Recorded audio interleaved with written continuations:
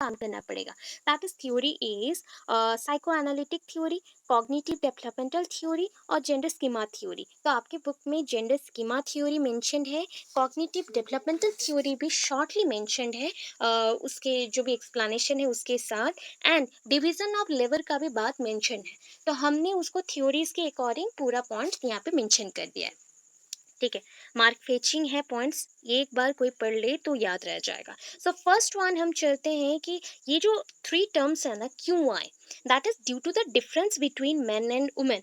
तो आपका जो अंडरस्टैंडिंग द सेल्फ है ना, ये सबसे इंपॉर्टेंट है कि understanding the self according to man and according to women, ये क्या सेम होता है या फिर डिफरेंट होता है। तो उसके बेसिस पे डिफरेंट स्कॉलर्स हैं, डिफरेंट साइकोलॉजिस्ट हैं, they think lot of things with various types of elements just like environment, stereotypes और various types of functions related to your body parts. तो सेक्स के अकॉर्डिंग हमारे जो सेक्सुअल पार्ट्स हैं उसके according different types of thinking और different types of functions हमें carry out करना पड़ता है। तो उसी के बेसिस पे 3 पॉइंट मेंशन है। स्क्रीन विजिबल है ना, ये सुन नो। ओके चलो, thank you. Gender equality, gender equity and gender inequality, अगर टर्म वाइज आए तो क्या होगा, देखो जेंडर इक्वालिटी के लिए मैंने एक सिंबल दिया है, सिंबल थोड़ा सा ब्लर है बट ये ऐसा सिंबल है, ठीक है। दैट मीन्स यहाँ पे मेल एंड फीमेल का ये सिंबल्स है, ठीक है। दोनों को हमने मर्ज करके ये न्यू सिंबल बनाया है, न्यू सिंबल हमने बना दिया, ठीक है। जेंडर इक्वालिटी बोला गया, मतलब हम जेंडर मीन्स रिस्पॉन्सिबिलिटी के बेसिस पे या फंक्शन के बेसिस पे जो भी हमारे सेक्स के साथ रिलेटेबल है वो फंक्शंस को हम क्या करेंगे, इक्वल करेंगे। तुम्हारे लिए जो रहेगा मेरे लिए भी वो रहेगा, मेल के लिए अगर ऐसा है तो सेम चीज मेरे लिए भी रहेगा। तो ऐसी पॉइंट्स को हम यहाँ पे कैरी आउट करेंगे। तो gender equality is also known है जेंडर सेमनेस, नॉट सेम, ये वाला सेम नहीं है, ये सेमनेस है, ओनली सेम, मतलब हम समानता ला रहे हैं, ठीक है, हिंदी बहुत हो गया। That is a sameness equality. So gender sameness is also known as sex equality. Sex equality, which defines the equal enjoyment by women and men or girls and boys. ठीक है, हम बोल सकते हैं यहाँ पे जो भी रिसोर्सेस है एनवायरमेंट में, environment carries lot of resources, so ये रिसोर्सेस को इक्वली हमें लेना चाहिए, हमें इक्वली उस पर डिपेंड होना चाहिए। जस्ट लाइक लाइट मुझे जितना मिलेगा, लाइट रिसोर्सेस आपको भी उतने ही मिलेंगे। मुझे जितना पानी खर्च करना है आपको भी करना है, खाना जितना मुझे चाहिए मे भी हो सकता है आपको थोड़ा ज़्यादा चाहिए आपके बॉडी के अकॉर्डिंग और फिटनेस के अकॉर्डिंग, बट डिफरेंट पर्सन का डिफरेंट डिफरेंट होता है। गर्ल्स में भी बहुत लोग हैं बहुत ज़्यादा खाते हैं। तो ये ऐसा चीज़ है कि जो भी रिसोर्सेस रहेंगे main and women, girls and boys और राइट्स के अकॉर्डिंग, जो फंडामेंटल राइट्स हैं, ड्यूटीज़ है, कॉन्स्टिट्यूशन के बेसिस पे सब कुछ इक्वल रहेगा, ठीक है। इसको हमने बोला कि ये जो जेंडर इक्वालिटी के पॉइंट्स हैं इसको सेकंड पॉइंट में रखा गया, सेकंड पॉइंट और सेकंड फेज और second step for gender equalization. तो जेंडर इक्वलाइजेशन को ये सेकंड स्टेप या सेकंड फेज हमने क्यों बोला नेक्स्ट देखेंगे। सो इसको ना किसने सपोर्ट किया, या फिर हम बोल सकते हैं इसको जस्ट लाइक इन्वेंशन किसने किया या फिर किसने प्रोवाइड किया इक्वलनेस टू एवरीवन। सो यहाँ पे एक ऑर्गेनाइजेशन है that is UNUDHR, full form बोले तो बहुत बड़ा है, United Nations universal declaration of human rights, ठीक है। United Nations universal declaration of human rights, ठीक है। इसके अकॉर्डिंग हमें ह्यूमन राइट्स सेम मिलने चाहिए, ह्यूमन राइट्स के साथ जो फंडामेंटल ड्यूटीज है सबके लिए सेम रहेगा, जो भी आर्टिकल्स रहेगा इक्वल रहेगा, equalization in articles, equalization in every type of things that is the education, resources, food material, clothes and everything, जो भी रेस्पेक्ट के बेसिस पर भी है। तो ये हो गया इक्वालिटी के पॉइंट्स। अभी आते हैं जेंडर इक्विटी। इक्विटी होता है one kind of judgement, law basis पे जो जजमेंट होता है उसको हम इक्विटी बोलते हैं, ठीक है। तो यहाँ पे देखिए फेयरनेस, फेयरनेस मीन्स यहाँ पे कलर के अकॉर्डिंग नहीं है, फेयरनेस जजमेंट है, ठीक है। लॉ के बेसिस पे जजमेंट मेरे लिए जो होगा आपके लिए भी सेम रहेगा। आप अगर मेल हैं तो आपके लिए भी जो जजमेंट रहेगा मेरे लिए भी सेम जजमेंट रहेगा। So access to same opportunities, fairness judgement for all in all perspectives. सारे पर्सपेक्टिव से जितने भी डेवलपमेंटल के पर्सपेक्टिव्स हैं, स्कूल्स के बेसिस पे, एजुकेशन के बेसिस पे, सारे पॉइंट्स के अकॉर्डिंग हमें जजमेंट सेम मिलेगा, अपॉर्चुनिटी सेम मिलेंगे। तो इसको बोला गया है first page. So gender equalization के प्रोसेस में ये होता है फर्स्ट पेज, जिसको गवर्नमेंट गवर्नमेंट का जो बॉडी है ना उसने डिसाइड किया है, ठीक है, उसने डिसाइड किया है। तो ये अगर फर्स्ट पेज हो गया तो this one is the second page. ये फर्स्ट पेज है तो ये सेकंड पेज है। इनइक्वालिटी, इक्वालिटी मीन्स सब में सेम था ना, इनइक्वालिटी में जाता है, दैट मीन्स सब में अभी क्या हो गया, मतलब अनइक्वलनेस हम प्रोवाइड करेंगे, इनइक्वालिटी अनइक्वलनेस हम प्रोवाइड करेंगे। So, gender inequality states that men and women are not equal due to distinction in social norms and opportunities. Social norms, norms means हो गया कुछ criteria या फिर rules और regulations जो society में present है। उस rules regulation के basis पे society में जो भी present है उसकी वजह से हम सबको equal character opportunities नहीं मिलेगा, ठीक है। That is called gender inequality. आपके सेक्स के बेसिस पे पहले तो जेंडर बनता है, उस जेंडर के लिए अभी सोसाइटी बहुत सारे रूल्स बनाता है, उस रूल्स के अकॉर्डिंग इक्वालिटी अगर नहीं मिले तो that is called gender inequality. Okay, अभी नेक्स्ट चलते हैं। To overcome this social based gender inequality, ये जो सोसाइटी के बेस्ड में जेंडर इनइक्वालिटी आ गया, दैट मीन्स फंक्शन के पॉइंट्स के अकॉर्डिंग या डिस्कशन के अकॉर्डिंग अगर कुछ भी पॉइंट्स में देखो ना तो ओपिनियन कौन ज़्यादा देता है, मेल्स ज़्यादा देते हैं, फीमेल्स कम देते हैं, या फीमेल्स के पॉइंट को कोई पकड़ता ही नहीं है। तो इस पॉइंट्स को ठीक करने के लिए कुछ स्कॉलर्स ने, स्कॉलर्स मीन्स हम बोल सकते हैं विद्वान, दैट इज कॉल्ड विद्वान को स्कॉलर्स मेंशन होते हैं, या फिर बोल सकते हो हम यहाँ पे साइकोलॉजिस्ट तो बिल्कुल नहीं होंगे, ये होते हैं साइंटिस्ट बोल सकते हैं और रिसर्चर बोल सकते हैं या स्कॉलर्स बोल सकते हैं जो कि डेफिनाइट पॉइंट्स के ऊपर बात कर रहे हैं। ओके, सो नेक्स्ट पॉइंट पे आ रहा है साइकोलॉजिकल पर्सपेक्टिव। दो टाइप के पर्सपेक्टिव है, एक हो गया साइकोलॉजिकल और एक हो गया सोशियोलॉजिकल। इन शॉर्ट अगर मैं समझाऊं, साइकोलॉजिकल पर्सपेक्टिव कौन सा पॉइंट है? साइकोलॉजी आपका ब्रेन रिलेटेड, आपकी फीलिंग्स के रिलेटेड, आपके अफेक्शन रिलेटेड, जो आपका रिलेशनशिप है ना उस बेसिस पे आएगा। जस्ट लाइक अगर आपका एक बेबी आता है या फिर सपोज एक कपल है उसके बेबी आए, तो वो मेल होगा या फीमेल होगा, वो जब बाय बर्थ अर्थ पे आया तो उसको डिसाइड नहीं किया जाता, वो बेबी होता है। बट 1 to 3 years के विद इन उसको पता चलता है कि उसका कैरेक्टर कैसा है, जैसे उसके पापा है उसके जैसा है, तो ये बेबी कौन सा हो गया? मेल हो गया। सो ये मेल क्यों हुआ?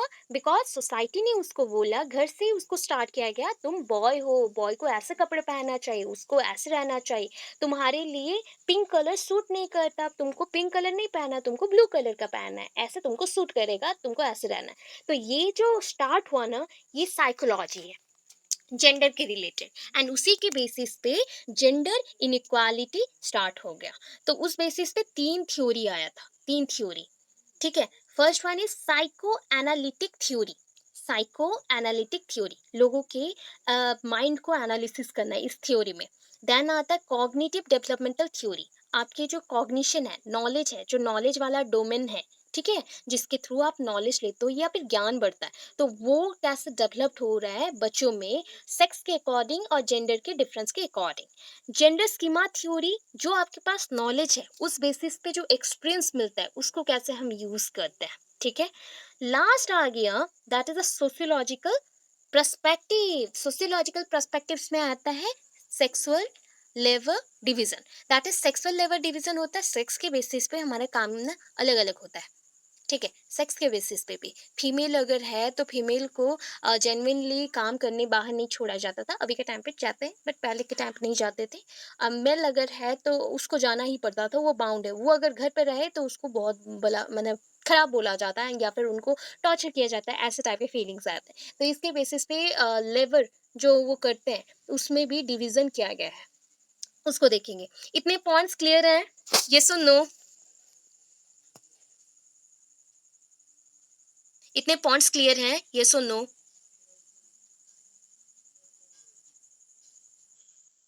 ओके, सो अभी चलते हैं साइको एनालिटिक थ्योरी। जो पहला थ्योरी है किसमें आया? साइकोलॉजिकल पर्सपेक्टिव में आया, साइको एनालिटिक थ्योरी पहला थ्योरी है। सो किसने डिस्कवर किया पता है? सिगमंड फ्रीड, ठीक है। इस बार जो एग्जाम्स सारे हो रहे हैं ना, वो एस एस टी टी या ओ टेट जो आते हैं, उसमें ये इंपॉर्टेंट एक क्वेश्चन है, प्रीवियस ईयर के क्वेश्चंस को देख लेंगे ना, ये क्वेश्चन आया था।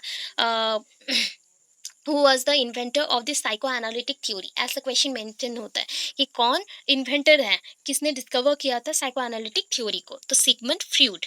ठीक है, सिगमंड फ्रूड। अच्छा, सिगमंड फ्रूड का कंसेप्ट कहाँ पे पढ़े हैं, कौन से बुक में पढ़ेंगे, कौन से सेम में पढ़े हो, बताओ। फर्स्ट सेमेस्टर में हम लोग पढ़े हैं सिगमंड फ्रूड का id ego and superego. ठीक है, ओके।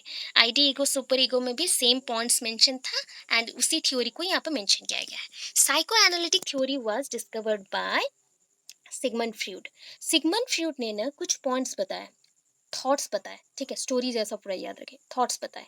ये जो थॉट्स हैं, इंसानों में जो चेंजेस आते हैं, ह्यूमन बींग्स में जो डेवलपमेंट होता है, ये चेंजेस आता है, ये दो पॉइंट पे होता है। एक है कॉन्सियसनेस, दूसरा है अनकॉन्सियसनेस। कॉन्सियसनेस क्या है, जब आप कॉन्सियस हो दैट मीन्स आपका सेंस एक्टिव है, आप सारी चीज़ों को लॉजिकली थिंक कर पा रहे हैं, you know the difference between the man and women, and उनकी पर्सनालिटी को भी जज कर पा रहे हो, तो दैट इज, वो आप कौन से पॉइंट पे है, कौन से पॉइंट पे होंगे, दैट इज आप कॉन्सियस पॉइंट पे है। बट जज करके भी आप इक्वलनेस दिखाए, वो हो गया कॉन्सियस। अनकॉन्सियस पॉइंट में क्या आता है, हमारे अनकॉन्सियस माइंड में हम कभी कभी गर्ल है, तुम बॉय है, बॉय नहीं रोते हैं, ऐसे कुछ थिंग्स बोल देते हैं, बट बॉय भी रोते हैं, कोई प्रॉब्लम नहीं है उसमें, कोई उसमें डिसरेस्पेक्ट कोई सो नहीं करेगा। तो ये सारा जो चीज़ आता है ना, सारे अनकॉन्सियस माइंड में ही आते हैं, जब आपका सेंस हार्पली एक्टिव हो, सबकॉन्सियस और टोटली इनएक्टिव हो, एंड आप कुछ समझ नहीं पा रहे हो, एंड उस टाइम आप जजमेंट दे रहे हो, तो वो हो गया अनकॉन्सियसनेस। ये टोटली इफेक्ट करता है किसको, आपके पर्सनालिटी को and difference between man and women को। एक अनकॉन्सियस एंड कॉन्सियस पॉइंट का फेज सुनिए। पहला एक पॉइंट बता रही हूँ, initially both boys and girls are believe to identify their mothers. पहले, सबसे पहले जब बेबी अर्थ एंड होता है, सो अर्थ में आ गया, तो उसको ना कोई भी जानता हो तो किसके नाम से जानता है, मदर के नाम से जानता है, बिकॉज प्रेगनेंसी पीरियड में टोटल 9 मंथ्स वो कैरी करती है, एंड उसके बाद 1 to 2 मंथ्स तक वो मम्मा के पास ही रहेगा, मदर के पास ही रहेगा, डॉक्टर चेकअप हो, खाना खिलाना हो, उसको स्कूल ले जाना हो, कुछ भी करना हो, तो वो मदर ही करेंगी, तो मदर के नाम से पहला वो जाना जाता है। तो ये हो गया कंसियस पेज, एक्चुअली जो ट्रूथ है। इसके बाद जब बच्चा 3 to 5 years का हो गया, चेंजेस स्टार्ट हो गए।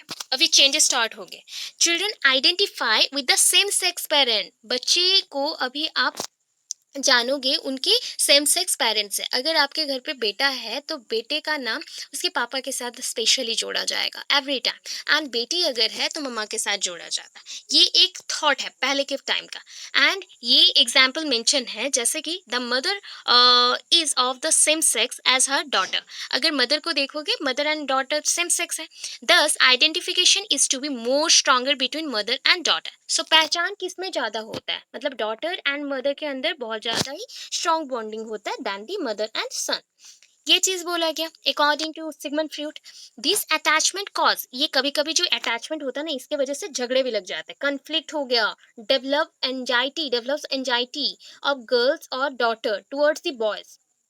ठीक है, बॉयज के ऊपर और सन के ऊपर और मिल सोसाइटी के ऊपर, क्योंकि वो ऑलवेज अटैच रह रही है उसके मदर के साथ, मदर के साथ अटैच रह रही है, तो वो मेल्स को नहीं जानती, बॉयज को नहीं जानती, इसलिए टुवर्ड्स द मेल पर्सन और टुवर्ड्स द मेल सोसाइटी और बॉयज उसको एक एंजाइटी फील होता है या फिर गुस्सा आता है। ठीक है, क्योंकि ये चीज क्यों हुआ, फॉर देयर जेनिटालिया स्ट्रक्चर। जेनिटालिया मतलब क्या होता है, उसका सेक्सुअल पार्ट, उसका सेक्सुअल पार्ट, उसके सेक्सुअल पार्ट जो है उसके अकॉर्डिंग उसको पहले तो जज किया गया कि वो एक ह्यूमन बींग नहीं है, वो एक फीमेल है।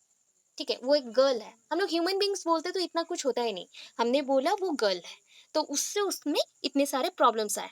इन द अदर हैंड अगर देखा जाए, boys who deprive from mother, जो कि मदर से अलग हो गया है, ठीक है, in adult stage seeks to dominant girls by their ego. ये हो गया अनकॉन्शियस फेज। ये दो जो चीज कर रहे हैं ना, बॉयज क्या कर रहे हैं कि वो बचपन से मदर से अलग अलग रहा, बिकॉज सोसाइटी ने बोला कि तुमको फादर जैसा बनना है, मदर से अलग अलग रहा, तो उससे क्या हुआ, जब जैसे जैसे वो बड़ा होता है, उसको गर्ल्स के ऊपर प्रॉब्लम आ गया, गर्ल्स के ऊपर वो थिंक करने लगा, गर्ल्स के वजह से हम अलग रहते हैं, मदर के साथ मैं फ्रीली ये नहीं कर पा रहा या हग नहीं कर पा रहा हूँ या फिर ट्रूली उनको कुछ बोल नहीं पाता, ऐसा चीज़ हो जाता है। तो इसमें वो क्या करता है जब बड़ा हो गया, ईगो दिखाना स्टार्ट किया, डोमिनेट करना स्टार्ट करेगा गर्ल्स को। तो ये जो भी चीज़ हो रहा है अनकॉन्शियस फेज में हो रहा है। बट ये चीज़ जो सिगमंड फ्रॉइड ने बोला है इसका कोई एविडेंस नहीं था, क्योंकि कुछ पॉइंट्स पे ऐसा भी हुआ कि मदर एंड डॉटर के अंदर जो स्ट्रॉन्ग बॉन्ड है, इससे बेटर बॉन्ड मदर एंड सन के अंदर है। ठीक है, कुछ पॉइंट्स पे ऐसा भी देखने को मिला, सो ये एविडेंस फॉल्स निकला एंड ये थ्योरी यहाँ पे एक्सक्लूडेड हो गया।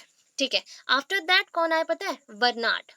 Bernard 1972 notes that women whose sole role in one of the mother, wife, and have higher rates of mental dysfunction than the childless married single women और working mother. यहाँ पे mention किया गया कि ऐसा थिंक भी करिएगा, ये समझ भी आएगा आप लोगों को, ये ट्रू बात है कि ये बोला गया है जो मदर है, ठीक है, वुमेन्स का मेन फंक्शन क्या है या फिर मेन रोल क्या है? मदर, किसी का मदर बनना या फिर वाइफ बनना।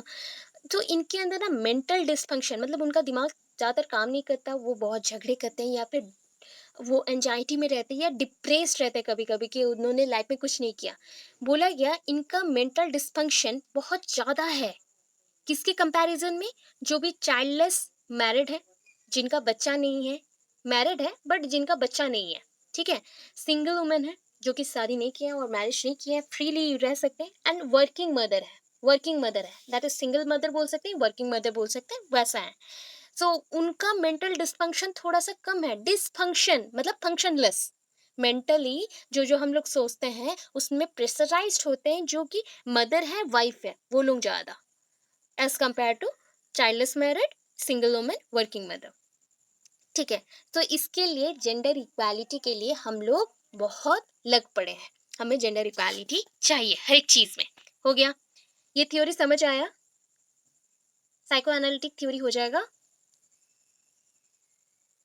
बोलो बोलो सब। Okay okay. So cognitive developmental theory, okay mute कर लो। कॉग्निटिव डेवलपमेंटल थ्योरी और it is also known as social identity theory. ठीक है, सोशल आइडेंटिटी थ्योरी। ठीक है, सोसाइटी में आपका आइडेंटिटी कुछ है ना, फिक्स पॉइंट पे रहता है। तो ये कैसे बनता है? कॉग्निटिव कैसे फिक्स्ड हो जाता है, माइंड में कैसे फिक्स्ड हो जाता है कि आप गर्ल हो? ये क्यों नहीं जाता माइंड से कि आप गर्ल हो? बट ये कोई मतलब काम का नहीं है, चलेगा, गर्ल है तो है, कोई प्रॉब्लम नहीं, हम लोग बहुत कुछ कर सकते हैं, हम बॉय जैसा ही रहेंगे। बॉय एंड गर्ल में ये वर्ड्स में ही इतना डिफरेंसेस क्यों है? ये आपके माइंड से ही स्टार्ट होता है, कॉग्निटिव। ठीक है, according to cognitive developmental theory, ये जो डेवलपमेंटल थ्योरी बताया गया ना, जेंडर आइडेंटिटी, इसके according gender identity is postulated as a basic organiser. बोला गया है ये एक टाइप का लॉ है, लॉ ऑफ ऑर्गेनाइजर, मतलब ऑर्गेनाइज जो करता है। ठीक है, आपके जो जेंडर है वो जेंडर आइडेंटिटी मीन्स आपका जेंडर का लिंग पहचान, ऐसा हम लोग बोलते हैं हिंदी में। तो उसके अकॉर्डिंग ये एक ऑर्गेनाइजर जैसा है। ये क्या क्या काम करेगा देखिए, बच्चों को ये रेगुलेट करता है, regulator of the children's gender learning. वो कौन सा चीज़ सीखेगा, कौन सा चीज़ नहीं सीखेगा, वो गर्ल जैसा रहना है उसको या बॉय जैसा रहना है, ये सब कुछ यही लर्न करवाता है, जेंडर आइडेंटिटी। तो उसके अकॉर्डिंग एक पॉइंट मेंशन है, जैसे कि मैं डायग्रामेटिक आपको समझाती हूँ। एक छोटा बच्चा बाय बर्थ जब आया अर्थ में, सोसाइटी में आ गया, सो स्टार्टिंग पॉइंट में 1 to 2 years के लिए उसको किसी ने कोई रोक टोक नहीं किया, बिकॉज वो तो अनकॉन्सियस माइंड में है, वो उतना कुछ समझेगा नहीं। सो वो जैसे जैसे बड़ा हो रहा है ना, वो सोसाइटी में आया, खेल कूद कर रहा है सबके साथ। तो वो क्या किया, वो उसने देखा कि यहाँ पे जो बच्चे हैं वो उस जैसे दिख रहे हैं, वो लोग ओनली अपने आप में ही खेल रहे हैं, वो लोग गर्ल्स के साथ नहीं खेल रहे क्योंकि वो बॉयज हैं। ठीक है, यहाँ से हो गया जेंडर लर्निंग स्टार्ट। ठीक है, जेंडर लर्निंग जब स्टार्ट हो गया, बच्चे को क्या मिल गया? जेंडर आइडेंटिटी मिला कि मुझे मेरे जैसा बनना है। मेरे जैसा मीन्स मैं बॉय हूँ तो मुझे बॉय जैसा रहना चाहिए, मुझे गर्ल जैसा बिहेव नहीं करना है। सिंपल एबिलिटी टू लेवल वन सा, किसी को भी लेवल करना। जस्ट लाइक होता है ना, मेडिसिन के बोतल में टैग होता है, एक लाइन रहता है, हाँ, एक लाइन रहता है, ये मेडिसिन इसके लिए है। तो वैसे ही आइडेंटिटी होता है कि सिंपल एबिलिटी टू लेवल वन सेल्फ, किसी एक चीज के थ्रू खुद को लेवल अप करना कि मैं बॉय हूँ या फिर मैं गर्ल हूँ। ठीक है, इसके बाद आता है जेंडर कंसिस्टेंसी। कंसिस्टेंसी, ठीक है, CONSISTENCY, SISTENCY, कंसिस्टेंसी। ठीक है, knowledge about changes in their growth, dresses and activities. तो ये चीज जानना बहुत इंपॉर्टेंट रहता है। एवरी टाइम हम लोग जब मतलब चाइल्ड थे, बच्चे थे, चाइल्ड के बाद मतलब बर्थ के बाद जो पीरियड था वो खत्म हो गया, अर्ली चाइल्डहुड पीरियड में आ गए, तब हमें ये सब बताया गया, लेवल अप करना है। उसके बाद और थोड़ा बड़े हो गए, तो उस पॉइंट पे हमें नॉलेज दिया जाता है कि तुम ऐसे हो, तुम्हें ये कपड़ा पहनना है, तुम्हें पापा जैसा बिहेव करना है या फिर तुम्हें मदर जैसा बिहेव करना है। तो ये जो नॉलेज मिला, इसके थ्रू हमारे बॉडी में ग्रोथ में भी चेंजेस आ रहा है, उसके बारे में भी हमें पता चला, एंड कैसे बिहेव करना है वो भी पता चला। जेंडर कंसिस्टेंसी के बाद कौन आएगा? Gender stability. जब आपको नॉलेज मिल गया, उसको हम बार बार यूज करेंगे ना, रिपीटेडली यूज करेंगे, उसके थ्रू जेंडर स्टेबिलिटी हो जाएगा। मतलब जेंडर में और हम रिवर्स नहीं होंगे, हमारा जेंडर फिक्स्ड, हम मेल है और फीमेल है, इतना। उसका रिजल्ट क्या आएगा? Gender constituency. हम एक जगह पे फिक्स्ड हो गए, उसी के अकॉर्डिंग अभी मेरा बिहेवियर, रोल सब कुछ चलेगा। ठीक है, तो यहाँ पे ना एरो मार्क को देखिएगा, एरो मार्क हम बोल सकते हैं बाई डायरेक्शनल है, that is called by directional, मतलब दोनों साइड में मेंशन्ड है एरो मार्क, तो ऐसे चलेगा। ठीक है, ये कॉग्निटिव डेवलपमेंट है, जिसके थ्रू बच्चों के ब्रेन को हम टोटली बोल सकते हैं ब्रेन वॉश कर रहे हैं। वन काइंड ऑफ सोसाइटी ने ब्रेन वॉश किया एंड उसके अंदर डाला कि वो जेंडर के अकॉर्डिंग कांस्टेंट हो जाए, वो अपने आइडेंटिटी को सिलेक्ट कर ले। ठीक है, अभी देखो जेंडर स्कीमा थ्योरी। अभी स्कीमा के according, what do you mean by schema? क्या जानते हैं स्कीमा के बारे में? फर्स्ट सेम में पढ़े थे, पता है? कहाँ पढ़े थे, इतना बता दो, कौन सी थ्योरी में? याद है?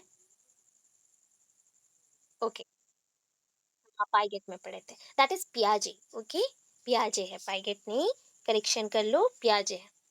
यहाँ पे जो प्रोनाउंसिएशन आप लोग कर रहे हो ना, ये जो टी रहता है साइलेंट हो जाता है, तो ये पियाजे है। ठीक है, सो पियाजे में आपने इसको पढ़ा था। तो जेंडर स्कीमा थ्योरी में जो स्कीमा वर्ड है, that schema actually mean knowledge unit. इसको बोला जाता है, ये नॉलेज यूनिट है, नॉलेज यूनिट। ठीक है, ये नॉलेज यूनिट है।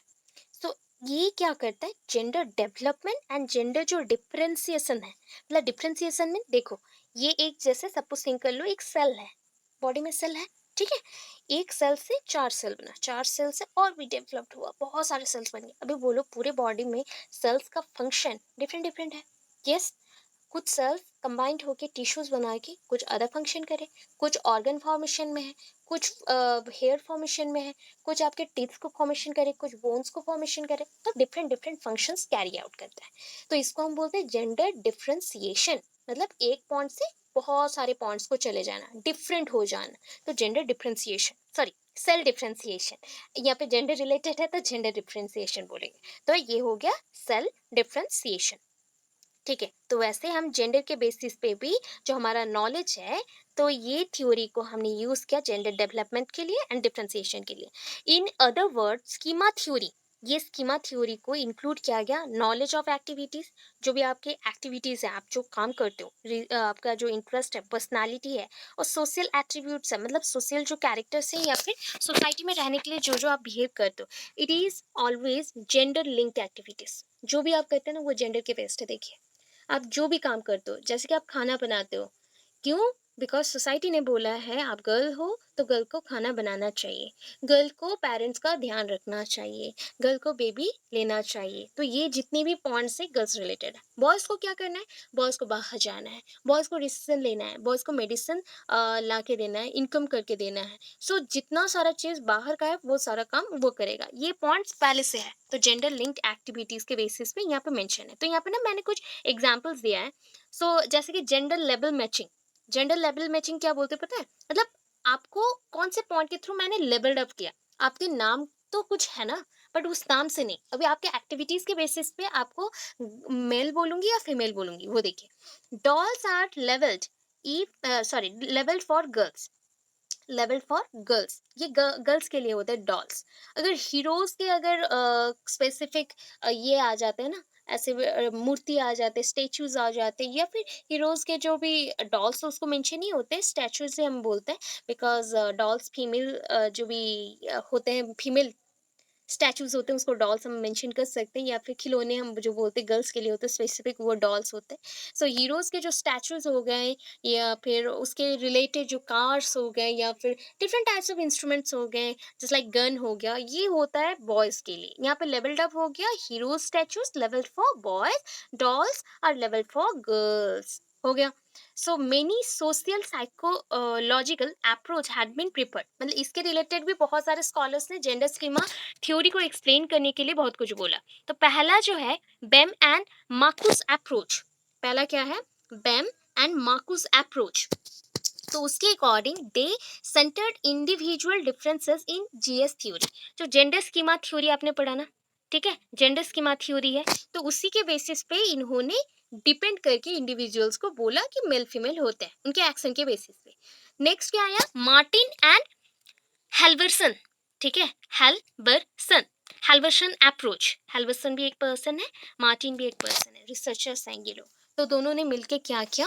तो that is they centre the similarities between cognitive developmental theory and GS theory. Cognitive developmental theory जो जेंडर आइडेंटिटी वाला आपने पढ़ा, consistency, then gender roles, and उसके बाद जेंडर कॉन्स्टेंसी, ये जो पॉइंट पढ़ा प्रीवियस थ्योरी में, उसको इसके साथ जेंडर स्कीमा थ्योरी के साथ कंपेयर किया एंड उसमें जो सिमिलैरिटीज है उसको बताया, ठीक है। अभी देखिए नेक्स्ट क्या है, नेक्स्ट मेंशन करेंगे जो लास्ट हमारा पॉइंट था, sociological perspectives. Sociological perspectives in sociological theories, gender is a social construction. बोला गया है जेंडर ना सोसाइटी ने बनाया है, जेंडर को हमने नहीं बनाया, मतलब अकेला पर्सन नहीं बनाया, सब मिलके हमने बनाया है, सोसाइटी में जितने लोग रहते हैं उन्होंने बनाया। ये बायोलॉजिकल पॉइंट्स के ऊपर डिपेंड करता है, बट ये बायोलॉजी नहीं है। सेक्स के अकॉर्डिंग ऐसे भी पर्सन्स आते हैं, इंडिविजुअल्स आते हैं, दे हैव बोथ सेक्सेस, उनके पास दोनों सेक्सेस प्रेजेंट होते हैं, तो उनको हम कौन से ग्रुप में रखेंगे? मेल और फीमेल। सो उसके बाद उनको ऑपरेट किया जाता है, एक को निकाल देते हैं, एक रहता है सेक्स, उसके अकॉर्डिंग होगा। सो बायोलॉजिकल पॉइंट को हम यहाँ पे डिसाइड नहीं कर रहे हैं, बट बायोलॉजिकल पॉइंट के बेसिस पे हम डिसाइड कर रहे हैं कि आपका सोशल कंस्ट्रक्शन ये पॉइंट है कि आपका एक्टिविटीज क्या होगा, आपका जेंडर क्या होगा। तो उस बेसिस पे जेंडर डिफ्रेंसिएशन होगा, सोसाइटी में हमारा काम भी चेंज हो गया। तो अभी देखो पॉइंट है, दो प्रोग्राम्स आएंगे, ठीक है। First one is stereotypic gender differentiation, stereotypic gender differentiation SGD, and और एक आया SBGD, social behaviourism gender differentiation, social behaviourism gender differentiation. SGD क्या बोलता है? It refers to shaping of identity and treatment of males and females in selectively gendered way।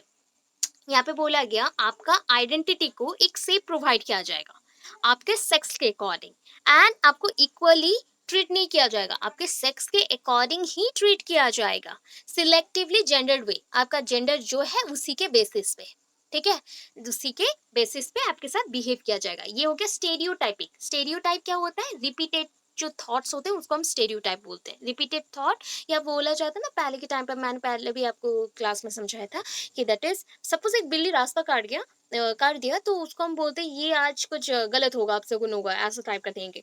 हाथ से glass टूट गया, तो दैट इज आज बुरा होने वाला, दूध फट गया बुरा होगा। तो ये जो थिंग्स होते हैं ना, ये होते हैं स्टेरियोटाइप्स।